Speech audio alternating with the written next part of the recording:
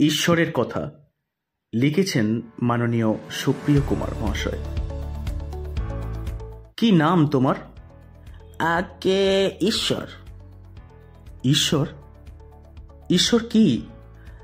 আগে ঈশ্বর মাঝি। তা কি করো তুমি? পারাপার করি হুজুর। পারাপার মানে? খেয়া পারাপার করি আগে। রোজগার? আগে রোজগার মানে আয় কত, কামাই কত হয় মাস গেলে? পেট চলে যায় হুজুর। আরে কত টাকা, মানে 5,000 না 10,000 সেটা তো বলতে হবে।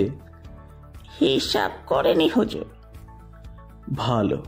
তা বাড়িতে কে কে আছে? কেউ নেই হুজুর। কেউ নেই মানে তুমি একা? হ্যাঁ হুজুর। তা খাওয়া দাওয়া? যেদিন যা জোটে হুজুর, যেখানে যা পাই। বয়স কত? জানি না হুজুর, তবে অনেক দিন আছি এই ঘাট পাড়াপাড়ে। ভালো। তা ধর্ম? ধর্ম কর্ম আর হলো কই বাবু, পারাপার করতে করতেই 3 কাল চলে গেল। তোমার পদবি তো মাঝি। তা জানি নে হুজুর, পারাপারের কাজ করে লোকে মাঝি বলে ডাকে, তাই আমি ঈশ্বর মাঝি হুজুর। তা মন্দিরে যাও না মসজিদে নাকি গির্জায়? সবখানে যাই হুজুর। ঘাটের সামনে ওই শনি মন্দিরে শনিবার খুব সিন্নি পেশাদ দেয়, এক পেট খাই, রেতে আর কিছু খেতে লাগে না। রোজার মাসে মাজারে রোজ সন্ধ্যেবেলায় গোশবার দেয়, সেও পেট পুড়ে খাই হুজুর। আরে ও অফিসার, কি হলো? একজনকে নিয়ে পড়ে থাকলেই চলবে, এদিকে লাইন লেগে যাচ্ছে তো।